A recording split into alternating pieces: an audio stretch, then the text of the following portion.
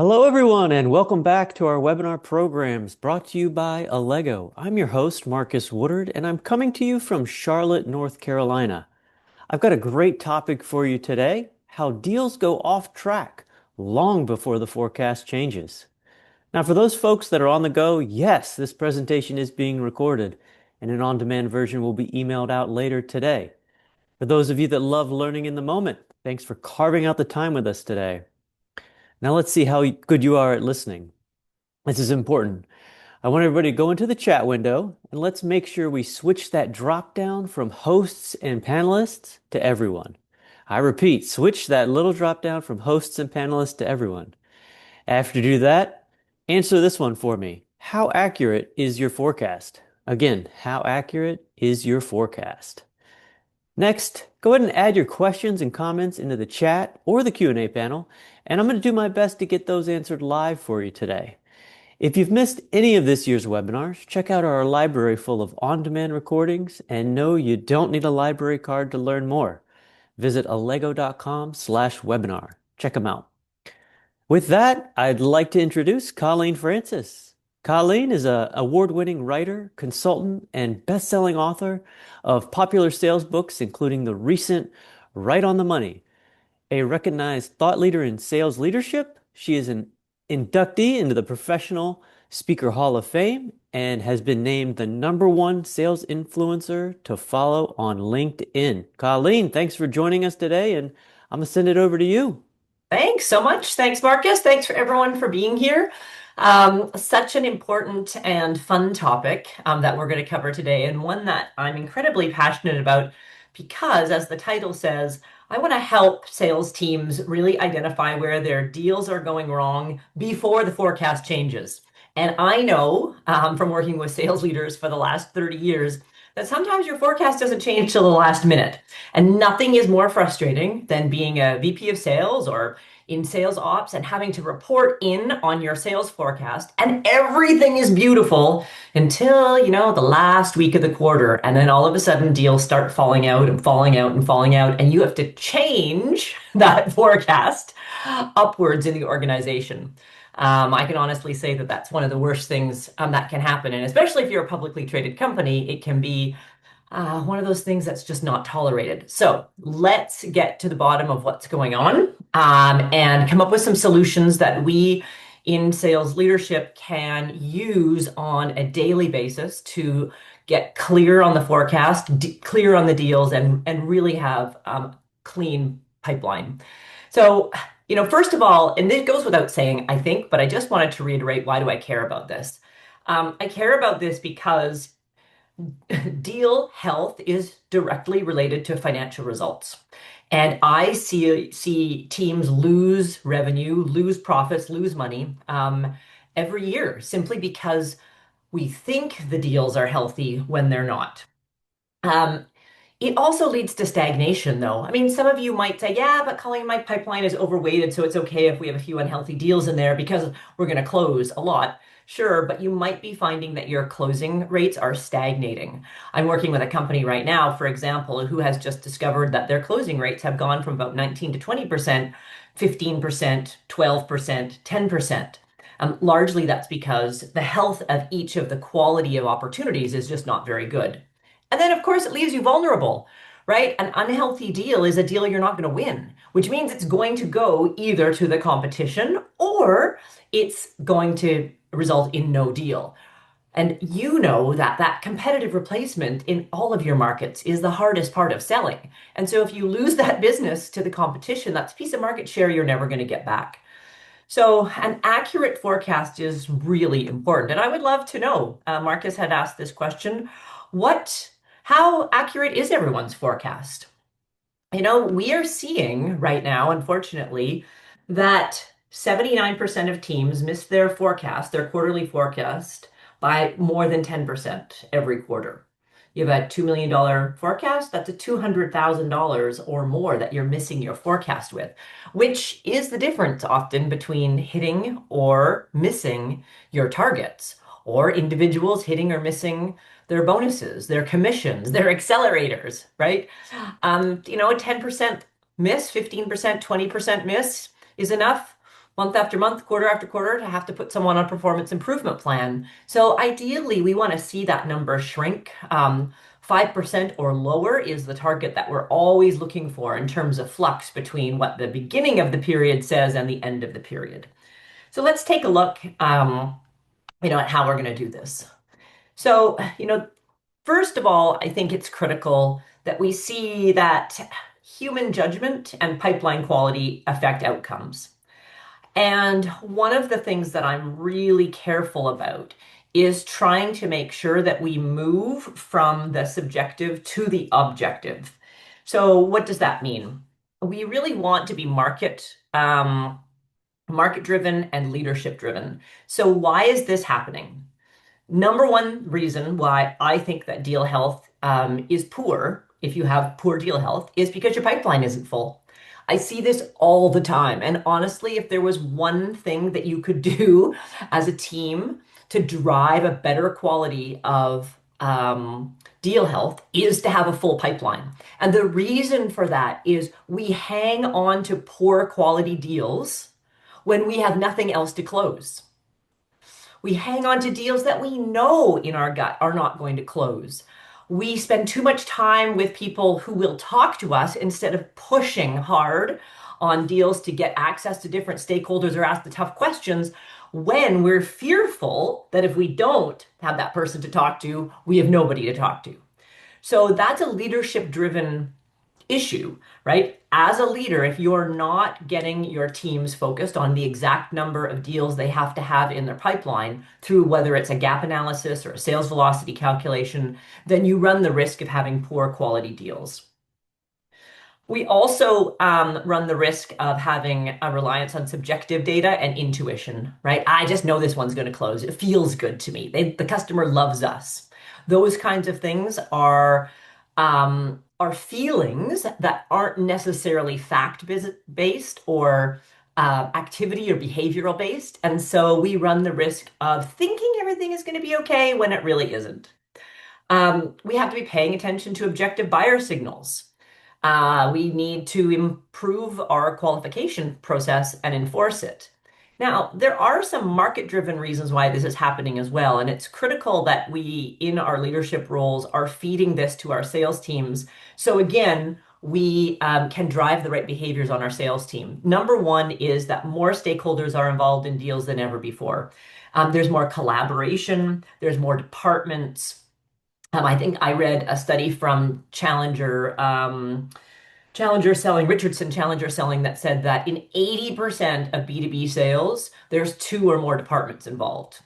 So we have more departments, more people, more collaboration. We have rising expectations, and of course, we have improved customer knowledge or just access to customer knowledge. And so customers come into that conversation more informed, or they think they're more informed, they have access to more information. And all of those things are driving a requirement for us to change the way we qualify and manage these deals so that we can have a more objective and healthier opportunity. We also want to make sure that our sales forecasts are based on complete information. So I see simple things, simple things like the sales rep hasn't asked when the close date is going to be, so they've just added in the date that they think. Or the sales rep doesn't know who the decision maker is. Or pricing hasn't been discussed. Or quantities and quality hasn't been discussed. There can be simple little things through your checklist of a qualification that just aren't done, and we're creating a forecast based on that incomplete information. It's happening in many cases because we tend to focus on that subjective, right? Sometimes, and we all have to admit this, I know I've fallen for it myself as a sales leader. Sometimes we have to admit that the salesperson's best sales job is with us, right? They love our solution. Oh, I have a great relationship. I've known this guy for years. He left that company. He's gone here. He's bringing them with me. They're so excited about this. I have fallen for that as a salesperson myself. And I remember saying, oh, they love our solution. They are so excited to move forward. And of course, I didn't win that piece of business. And I realized early in that in my selling career in technology. The people who are often excited to buy your solution are the people who don't have money, right? People who are about to spend hundreds of thousands of dollars with you are not always the ones who are excited. So we have to be really careful about these subjective conversations that our sales teams might be having in our coaching sessions. Um, and start to dig into them. I'm going to give you some really great questions to ask. But why? Why do they love our solution? Why do you having a great relationship with this person mean that they're going to buy from us? We sometimes fall for these false indicators of health. And the big one for me is buyer enthusiasm without action. Like, how many times has your sales rep said, "Oh my gosh, they love us. We have a great relationship with them, but oh yeah, no, I can't go to their boss." Or, "Oh, I can't bring you in because they'll only talk to me." Right? That's buyer enthusiasm without any action, without them showing a desire to want to take forward progress. And so, as leaders, we have to be really careful and question those kinds of statements.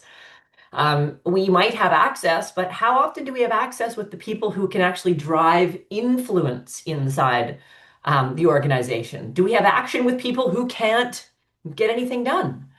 For example, I was working with a tech company and they had a great relationship. The customer loved the solution. They were so excited to move forward. But they ended up they were working inside an IT group. And what happened? Well, the priorities changed. And I asked them, "Well, who sets the priorities?" "Well, we don't know," right? Their team had no influence. My customer had huge access. They had access to the entire IT team, just nobody with influence. So when someone stepped in and said, "Hey guys, change of plans, we're changing priorities," we lost the business. So we have to be really careful about that, and make sure we've got that influence there. And then, of course, activity without progress. Years ago, and I don't know if any of you are old enough to remember, as old as me, in selling, solution selling from Mike Bosworth. This has stuck with me for, well, probably not 30 years, probably 25 years since I left the insurance markets and went into the tech business, probably been about 25 years now. And he used to talk about that person in the sales cycle that we often get stuck talking to, called see more, right? He wants to see more and see more and see more and see more, but you're not making any progress. And that happens a lot, right? They pick up the phone, they call you, they want to talk to you, you're providing them information, they're asking questions, but you're not making any progress. And so those are all huge red flags that we really need to work through in the sales cycle. So I'm going to walk you through now a 6-step process that you can use in your sales operations, in your sales assessments, in your sales leadership, in your coaching sessions, team and one-on-one, to really identify where things might be going wrong, where things might be going really well inside the opportunity on an opportunity by opportunity basis, so that you can use this again in your own pipeline. I've got the webinar chat up here. If you have any questions as we go, type them into the chat. I'll try to deal with some of them as we're going through, and then we'll also stop and pause for questions as we're going along. So let's talk about the first one, cleaning up your pipeline.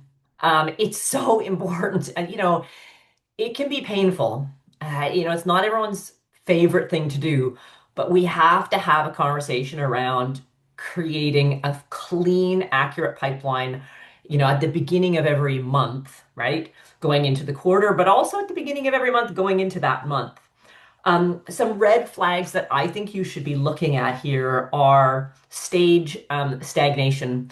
So has a deal been stuck in a specific stage for much longer than average? In fact, I would say that if the deal itself has been in the pipeline for more days than average, an average close date, then we're starting to look towards an orange or a red flag. If it's double, let's say you've got an average of a 4-month sales cycle, 120 days, and you're seeing opportunities in the pipeline that are starting to get into the 200, 240 days, so it's like twice that long, chances are the deal is going the wrong direction, and we want to pay attention. There's always an outlier. We know that, right? But in general, it's a good rule of thumb. pushed close dates. Years ago, I started to notice when I was analyzing pipelines that if a close date has been pushed 4 times or more, it's almost got a 0% chance of closing.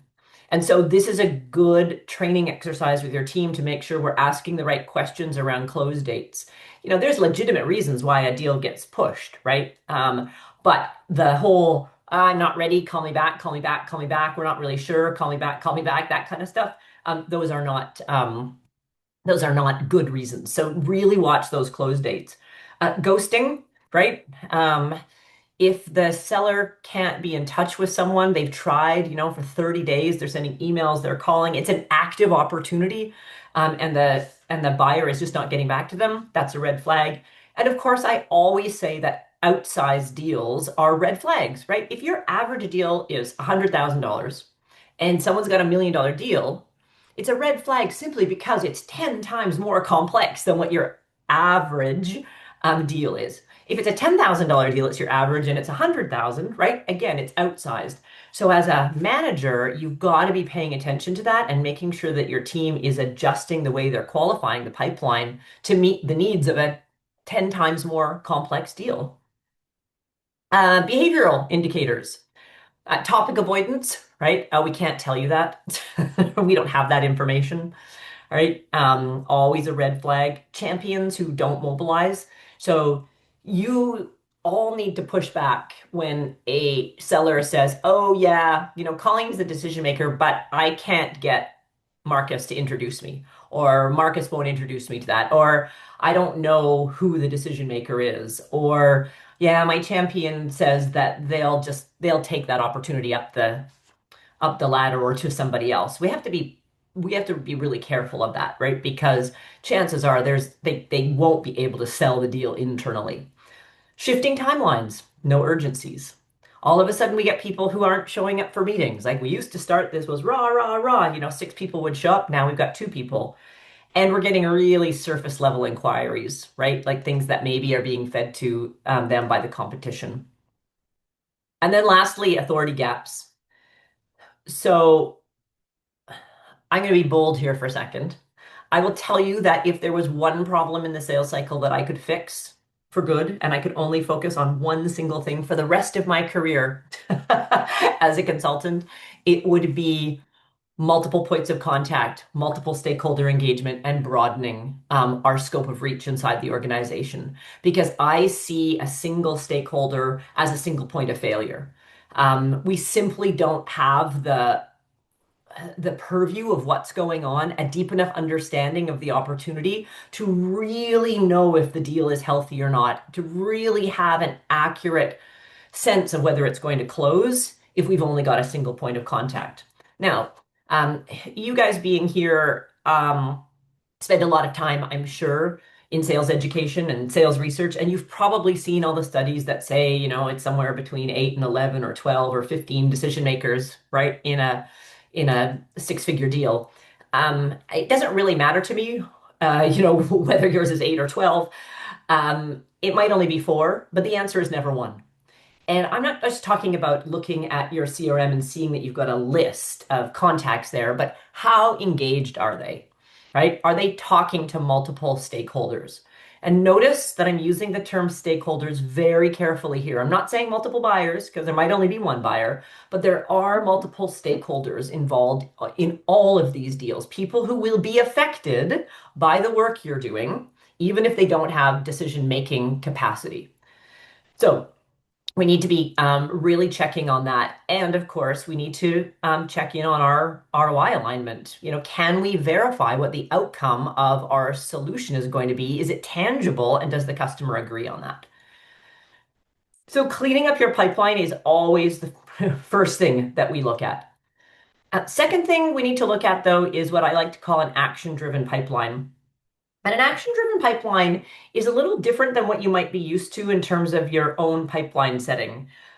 Because what I'm looking for here, and this is, I would call this as a fairly substantial sales enablement mindset change that we've been seeing and we've been helping our clients with, is pipeline stages and stage gates and verifiers are not based on what the seller is doing.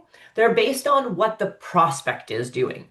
So it's not like, have you identified who the decision makers are? It's, has the prospect connected you with the decision makers or the stakeholders, right? The action that the prospect is taking is showing us that the deal is more likely to continue through the pipeline because it's less about what the seller is doing and more about what the buyer is doing and what their activity is. So instead of asking, do you know what the customer needs? It's, has the buyer confirmed what they need, right? Like what's the buyer saying in their own words? So again, not have you identified needs and solutions not known by the customer, but can the customer articulate your unique value? What have you taught the customer? What have you shown the customer that they've said, yes? And getting that response and making sure that you, as the leader, understand that the customer is bought into these needs and solutions. Um, what has the customer done to validate? What has the customer done to approve and stated value? Has the customer agreed to our ROI or our calculators? Have they set up a meeting to share this information? Does your proposal reflect, but have you and the customer mutually agreed? Like, what are the next steps? So it seems like a small thing when you look at the changes here, but I do think it's really important that we're thinking more about what the buyer is doing and less about what the seller is doing so that we can confirm that the buyer is ready to take the next step. I know we all have our pipelines, right? And, you might have 4 steps or 5 steps or 10 steps, but, give some thought to saying, okay, how do we know the buyer is ready to move from qualified to needs and solutions? Or how do we know that the buyer is ready to move from needs and solutions to proposal development, as opposed to what has the sales rep done to complete those steps? Does that make sense to everybody? I don't see any questions. Marcus, no questions from your end, right? No, we've got a quiet bunch here, but I find that kind of interesting of shifting that mindset from what the seller is doing to what the buyer is doing. Very interesting. Yeah, and even if for you guys on the call here, even if you don't make this change formal in your pipeline right away, change the questions you're asking in the coaching session. So, for example, I have a client who has some criteria that have to happen before a proposal goes out, right? And they work on those together and they run through those proposals. And so they just started to change the questions they asked to essentially force the seller to prove that the buyer was ready for a proposal, right? So it became less about, hey, Marcus, have you done all these things? Yes. Hey, Marcus, tell me how the customer is behaving so that we go, yeah, they are ready for a proposal, right? So that's what we want to look at here. I love it. I mean, if I could push out a GIF or something right now, I get the Yeah. Bueller in the chat. Oh, So guys, let's t get this going a little bit. that's okay. Okay, so let's talk about financial beneficiaries. So I started using this term, financial beneficiaries, because I realized that many of us are selling to people, the people who are actually doing the assessment that might even be making the decision are not the people who are going to benefit most financially from the solution, right? And this is really true. It's 1,000% true for those of you who sell solutions to, say, like an IT team, for example, because they're going to be responsible for making the decision on whether, the technical solution and whether it fits, and they might even have signing authority, but they're not the one who initiated the change. The change could be initiated from legal, who's worried about a compliance software, or marketing, who's worried about the ROI on some marketing tools. And so we need to be asking this question because it's the financial beneficiaries of your solution who ultimately will be driving the final yes, no, and have the ability to change priorities. So here's the questions that I like to ask. Interestingly, these are questions you can ask as a coach, but they're also questions you can ask as an individual seller. Who feels the impact of this most directly? you know, in some cases, I like to ask the customer, who asked you to make this change? Right? I have been known to say to people, I know you're busy. You've got 1,000 things on the go and you're managing a bunch of different projects. Why is this one important? Who asked you to do this work? Because I'm guessing, you don't want something else added. Does anyone else's group gain financially from you finding a solution? Really important question, especially if the person you're talking to doesn't know the metrics. I don't know. Okay, well, who's going to benefit from this? Who's going to be impacted? If you're not ready to maybe talk about financial gain or feeling the impact of a problem, then just say who in the organization is going to be impacted by this, and how will they weigh in, and who benefits most from the change. If your sellers can't answer these questions, then they really don't understand who the financial beneficiary and ultimately maybe who the primary decision maker or stakeholders are here. Who asked you to find a solution?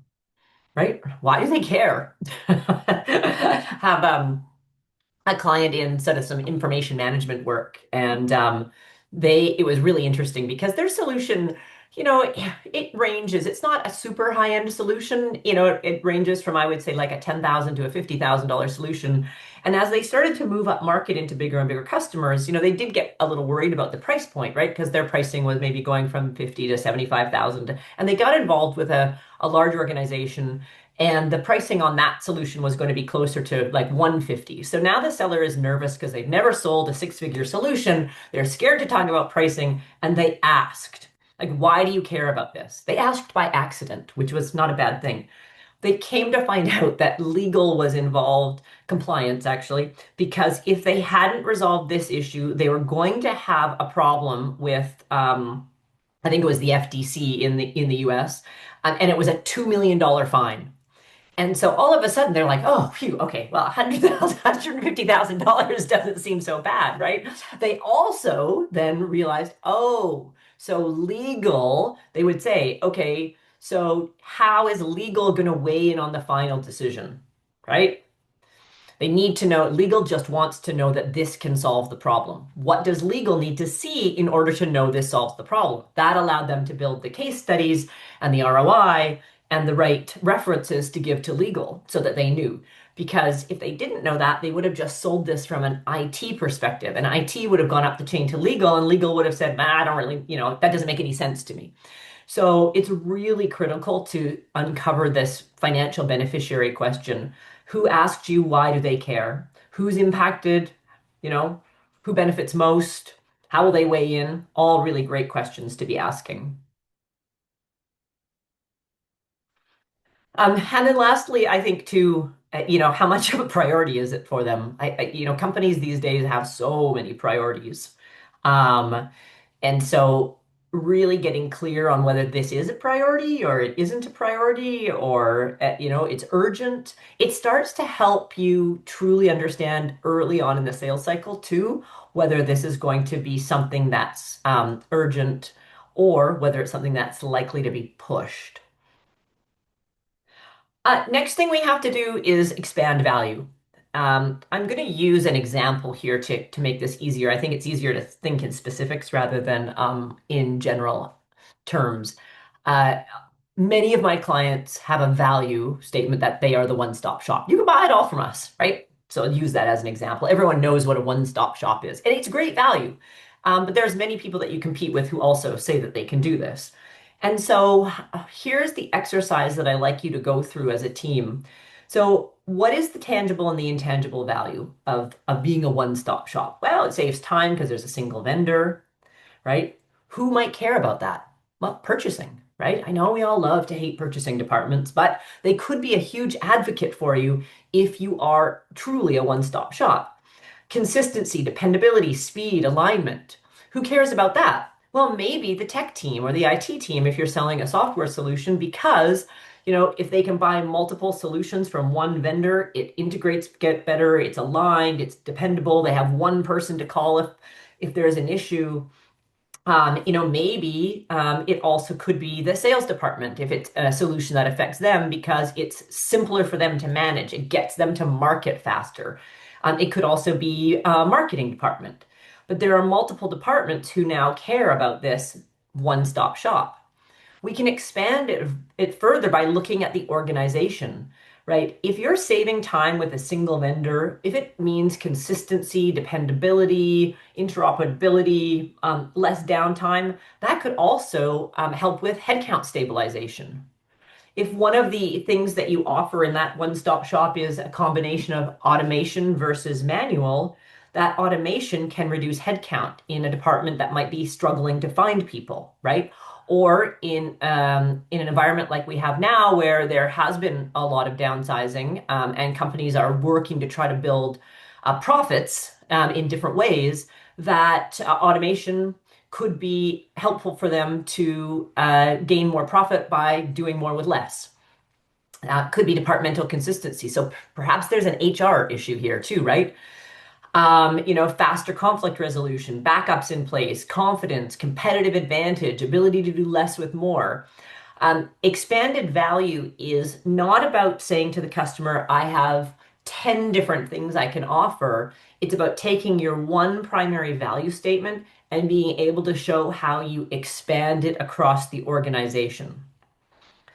The secret phrase that I'm really looking for here for you guys is to always put yourself in an apples to oranges comparison. You all have competition, and some of you have really good competition who potentially could be doing things and saying things very similar to you. And in that case, in the customer's minds, we have been commoditized, right? If you and your customer all say that you have great service and A1 products and all the things, you can save them money, you can save them time, you have automation, you have manual, then you just sound like a apples to apples, right? We just sound like a commodity. Where we can create this apples to oranges comparison and really gain momentum in a deal is by making the customer say, no one else is talking about it that way. No one else has showed me how this can help me with my HR requirements. No one has helped me see how this actually is a nurse satisfaction issue in the hospital, not just a patient satisfaction issue. And man, it's hard to keep nurses, right? No one has talked to me about why legal and compliance should be interested in this. Oh, I never thought about that. My sales team will really benefit from this because all of a sudden now you're an indispensable resource to the entire organization. And so you've created, as one of my clients likes to put it, it's a multi-threaded opportunity, right? So it helps you to build better deal health because now if you envision sitting around a boardroom table with an executive from every department, you can show each of them how they all get value. You can show each of them how you help them, which then makes it much more difficult for them to choose the competition who's just not talking about it this way. So here's a really fun exercise to do as a team. Pick a point of value that you have as an organization. You could pick a benefit statement, you could pick a value proposition. It could be specific to a customer or it could be just general as a company. And think about a customer and go through all of their departments and just say, how does this affect operations, legal, admin, or office, or research, HR, finance, whoever else there happens to be? How does it affect other global regions, right? Because you might be selling in the US or Canada or the UK, but maybe this will also have a positive impact on their Asian operations or their Australian operations or their Middle Eastern operations, right? So really be paying attention to all of that and think then about, okay, so what questions could we ask and who else could we engage in the organization so that we can show how we can be collaborative across the organization. Setting up this distinct value will create this apples to oranges comparison, which will elevate your deal health simply because you will be differentiated from the competition in what you're saying and doing, not just in what the customer is thinking, right? The when the customer sees you behaving differently, then they naturally think that you're different from all other sellers. Number five, we need to test.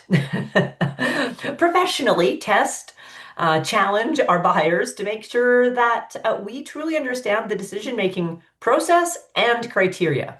Two different things, process and criteria.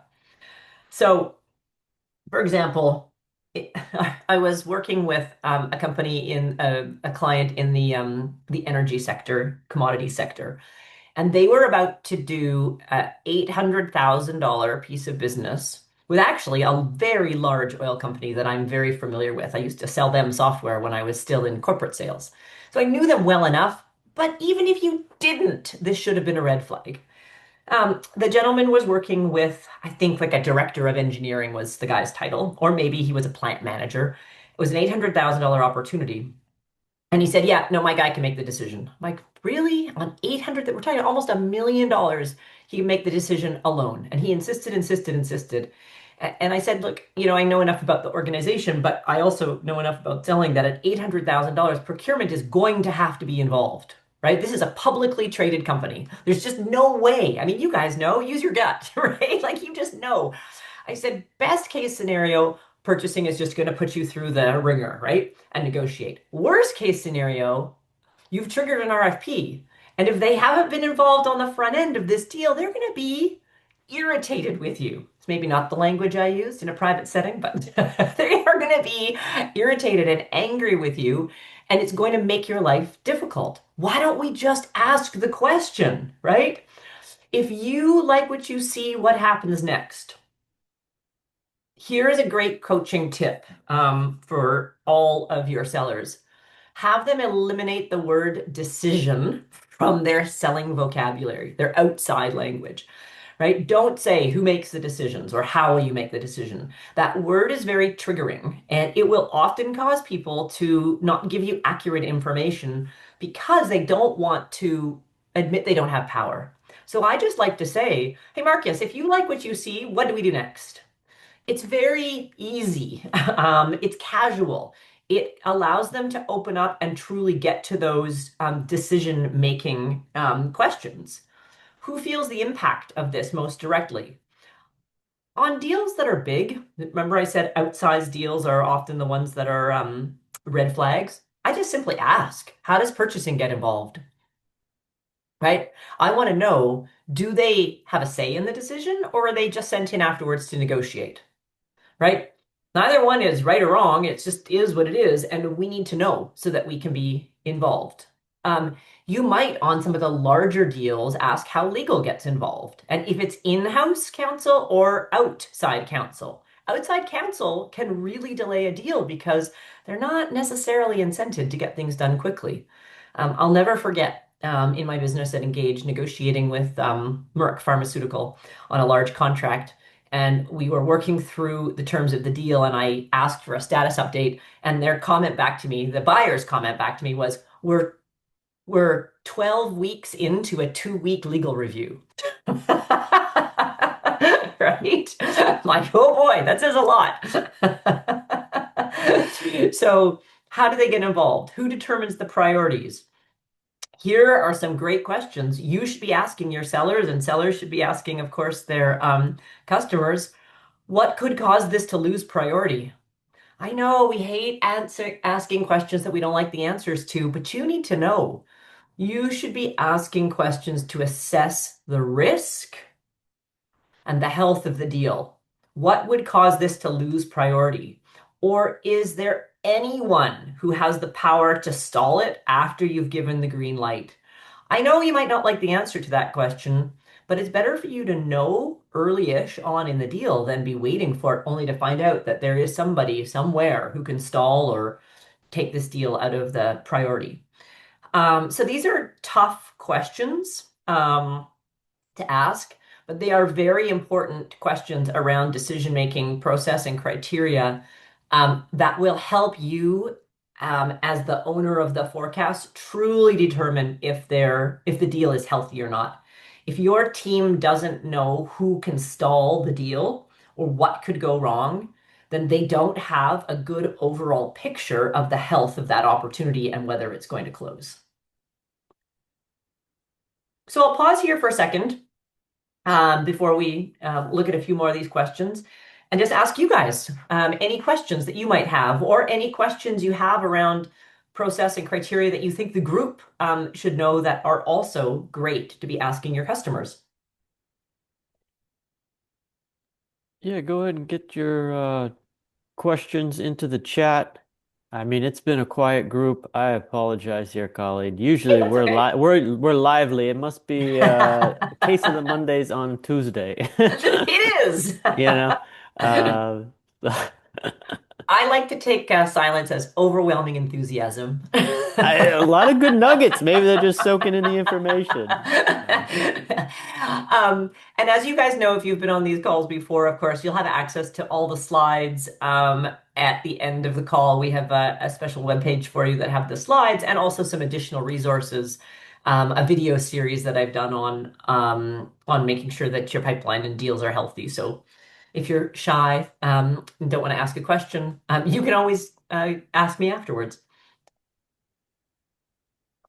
When we think No. about testing our buyers, though, as well, we do have to test urgency. In my book, Nonstop Sales Boom, I wrote a, a good solid 3 or 4 pages on the scripting on this. And you can go to my website, Engage Selling, and search for things like closing plan or urgency, and you'll get some scripting on this as well.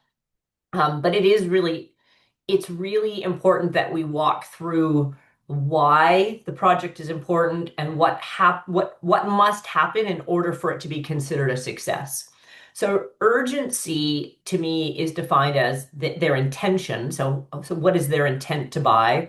But also how important is this to them, right? Um, we can't manufacture urgency, but we can create it by getting them into a situation where they say, I've got to have this in place by September 1st. And we can back up to the date that we need a decision by.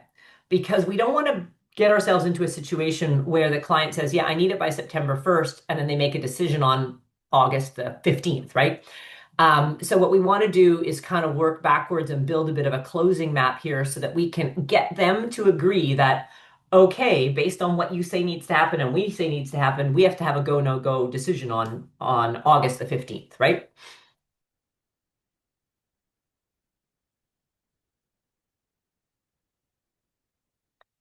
Amy, I am not sure what.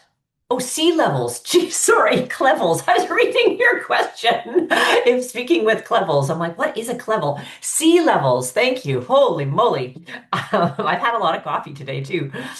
Um, these questions, I mean, it really depends. If you're speaking to sea levels, you can still ask this question, right? What has to happen for this to be a success?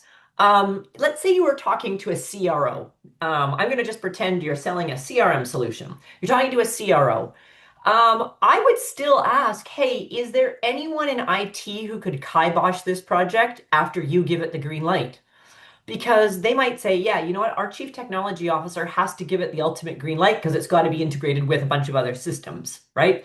Or in some cases, it could be purchasing, right? If purchasing doesn't accept you as a vendor, yes, they can force us to buy from someone else. So the questions can still be asked at that level. They might not be, some of them might not be as relevant, right? Like if you're talking to a VP of sales or a CRO about a CRM solution, you might not ask, who asked you to make this change? Because that's probably them. But you can ask, is there anyone other than your team who will be impacted by this? Maybe it's marketing and customer service, and maybe that VP of sales doesn't own those. Or it could be sales enablement. Maybe the VP of sales doesn't own sales enablement. And then it leads into the, okay, how do we get them involved? And can they put the kibosh on this? Right? So those kinds of things can be really important. It's a great question. I like to ask what happens if the decision is delayed, or what if we miss that date, right? What kind of wiggle room? It's kind of no different than if you're doing a joint test plan with someone or some kind of testing. We always, of course, ask what success looks like, but well, what if we get to 10% of that or 90% of that? So, for example, I had a client that said, well, the customer needs to see, a 10% return on investment on the sample data.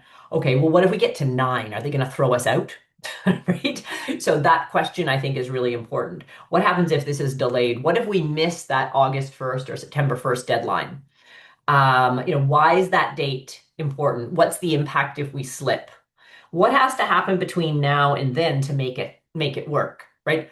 What I'm looking for here from a deal health perspective is, well, first we have to get you on the vendor list, and then we have to get procurement to negotiate with you, and then we have to get my boss to sign off on it, right? You see all those steps. Now you're thinking, okay, so how long does each one of those things take? And so for them to say, yeah, we can have this solution on September 1st, when do they have to make a decision? Right? They might have to make a decision by July 15th in order for you to get all of that work done. Those are the kinds of things that really help you to build that well-rounded, robust deal. What margin of error do you tolerate on the joint test plan? And really sticking to that. For those of you who might be doing testing, and I know there's a lot of you in not just technology products, but it could be oil and gas, or it could be any launch of new product we do a test for, making sure that you have that goal return on investment, goal score, whatever it looks like, mileage or otherwise volume signed off on, because I've seen deals go where the test plan wasn't very clear, and so the client's like, yeah, it's pretty good, but it's not good enough, right? And yeah, if the client, Eric, you raised a good point. If the client is expecting an integrator to implement, then you've got to get that um, integrator involved, right? So a client of mine who sells a solution both direct and through integration, if they're talking to a customer, they have to ask, can your integrator say no? Like, how much control do you actually have? I know it's your money, right? But can the client say no to this, or can the integrator say no to it? And so bringing those groups together, that's all part of the decision-making process or this buyer's map. So from a coaching perspective, I think that it's really important for you as a manager, if you're coaching your clients on your sales rep, sorry, on this, what does the customer say? What does the integrator say? How are they working together? Who has the final say? Can one or the other say no to this deal? Right? And then, of course, the complexities around what else the integrator sells and what it has to be integrated with are really important. It's these hard, objective questions that often don't get asked in a sales coaching session, because we open the coaching session by asking to do deal inspection instead of deal coaching. Tell me what's going on. Why hasn't this closed? Oh, because the client won't call me back. Okay, what are you going to do to get the client to call me back? I'm going to call them 3 times today, right? The right coaching is, who else have you tried? How long has this been going on? What does their boss say? Who are the other stakeholders, right? Why are we only talking to this one person, right? It's those kinds of questions. So not just asking for status updates, but really looking at the behaviors that are happening inside the account. Number one thing I will say is this decision-making process and buyer's map. There's just far too much work not happening in terms of finding those additional stakeholders. Last thing we want to be looking at here is, a stage gate. So I really believe that you should be enforcing somehow rules that are aligned with your sales process and buyer behaviors that say you can't move from one stage to the next without having stage gates. There's a few things that I think are important that we can be incorporating into this. We've met with the decision maker and we know where the blockers are, right? Knowing who the blockers are, it's really important early on in the sales cycle, because we want to get them on board, or we want to outflank them, right? We need to outrank or outflank those blockers. It's not always about bringing them on side, because you might not ever get them on side. But if we can outnumber them or find people above them who are more powerful, then that's critical. But if you don't know who the blockers are, you just don't know how the deal could get derailed. And we want to meet with those decision makers. There's always situations where you might not have met with the decision maker. And so you might say, okay, in this case, we can still move the deal forward because we know who they are. We know why we can't get a hold of them. We're working to, it's not about my customer gatekeeping and holding them back. It's not about me not asking. It's because they're I don't know, a silent partner and they're in Aruba right now, right? Something like that. So we have to just be careful that we're not letting that outlier um, get in the way of forward progress. Financial beneficiaries are engaged. That's a non-starter for me. If you do not know who is going to be financially rewarded for this solution, then we simply can't move forward with the right proposal. Client, whoever it is you're talking to, they share their vision of success and the metrics that will be used to show success. Okay? So you can never take as an answer, well, we can't tell you that, or we don't know, or we don't want to share that information. Someone in the organization has the metric of success that they're going to use to determine whether or not you're the right solution or not, and whether your product, once installed, is the right solution. And we need to go forward knowing what those are. That's just the simple rules of the game, right? Why would you put yourself, your sales reps, your team, your company, your product in a situation to fail because you don't know how the customer is going to measure success? We have at least three stakeholders active. For most of my clients, we aim for four. But if you're selling a much smaller solution, $10,000 or less, then maybe there's only going to be three. For most of you selling larger scale and enterprise solutions, it's four or more. We're seeing some movement, somewhere between 11, 12, 13, when we include advisors and influencers and people outside the company that they're using to help drive these decisions. But for most of us, three or four is the right person here. Active communication. It's amazing to me how many sellers and their leaders let opportunities just kind of sit in the pipeline with no active communication. It goes on 3 weeks, 4 weeks. And often, I would say, most often it's tied to the fact that we only have a single point of contact, right? You can only call a single person so often before you're a stalker. And if you don't have anyone else to call, then you're just going to rely on calling that person once a week or a couple of times a week. But if you've got 6 or 7 people you're working with in the account, you never create a situation where one person can ghost you, or one person can gatekeep, or one person can block you from getting to others. So the first thing we want to look at in terms of assessing deal health is how many people are we talking to?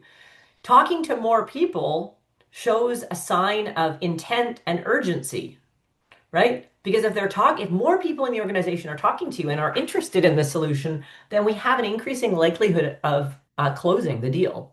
Years ago, when I started my sales career, when I was selling insurance, actually, um, on the corporate side, we used to be told, like, if you're not asking the question or if you're not talking to somebody inside the account, that means that the competition could be. And so develop this really healthy paranoia, I suppose, and think everybody that I'm not talking to who's part of this decision community could be talking to a competitor, which then means that I could be on my way out. Seller knows the compelling reason to buy.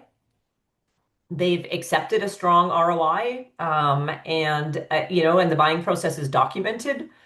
Obviously, the closer to the due date, the further along we are, right? You don't want to be in stage 1 or 2 of the pipeline and having it close this month. We've only got 8 days left, right? 7 days left.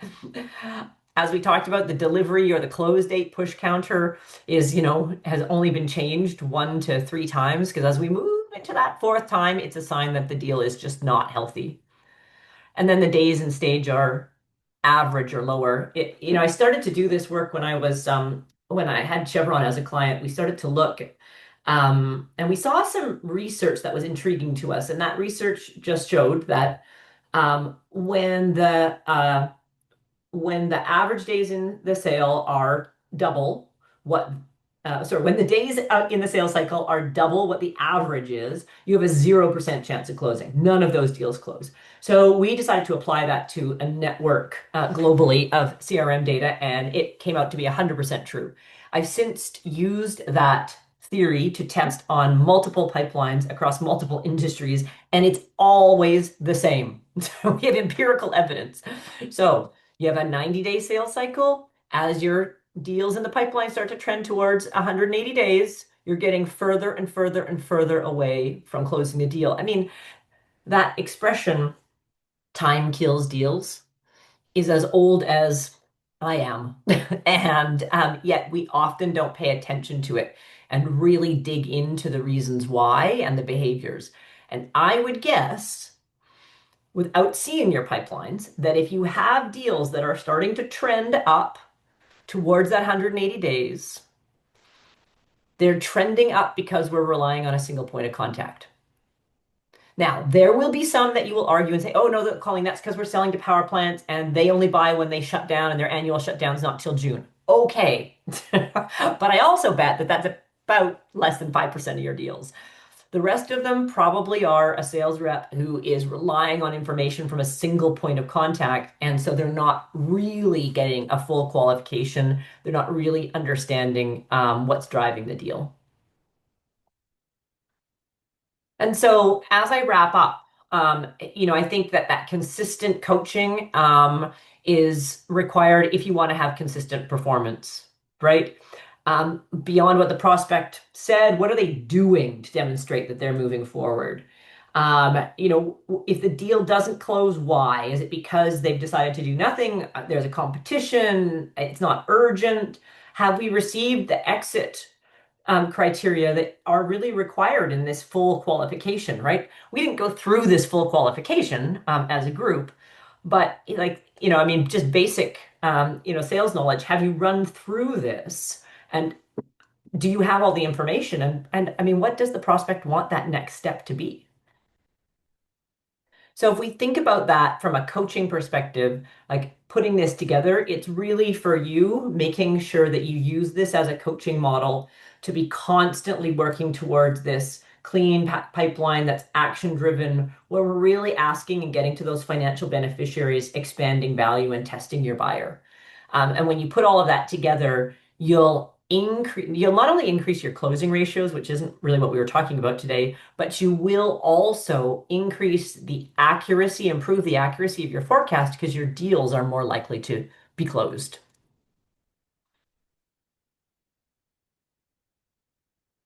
As we are looking to wrap up, if there's any last questions here, Marcus, if you have any, or if there are any coming through, we can stay on the line for a second. This QR code, which you will be getting, which you can also take a picture of now, will drive you to a special webpage that Allego set up that has a series of articles on pipeline health and deal health, as well as some videos that I recorded, and the slide deck as well. So you'll have access to all of these resources. Yeah, so the slide deck's already in there. I will add the recording in there later today, especially if you've joined us for another Lego webinar. You know the deal by now. It's a digital room that has a bunch of free resources in it. Feel free to connect with Colleen on LinkedIn. I've added the link in the chat, and it's also in that digital room. If for some reason you don't have a phone, click that link. It'll take you right to the recording, and all that will be emailed out later today. With that, it looks like we don't have any questions coming in, but like I said, it was kind of a quiet group, but I guess everybody was, Herbert said thanks for a great job. Awesome. Enjoying presentation, very insightful. And yeah, Colleen, thanks for joining us. Hey, my pleasure. I'll stay on for a couple minutes just to see if It anything was a lot to trickles take in. in. I know I moved pretty fast. But I just would encourage everyone to stay in touch. I'm easy to find. You can find me on LinkedIn. The link was in the webinar chat. Or you can just search my name. Feel free to ask me any questions on LinkedIn, or join our newsletter, or just stay engaged. I'm more than happy to help out with any specific questions you might have around deal health. Yeah, and we've got a three-question survey right at the end. Super easy. Feel free to check that out as well. Would help us for the next webinar. So with that, I will go ahead and let you sign off, Awesome. Colleen. I'll stay Okay, on, like thanks I everyone. said. Okay.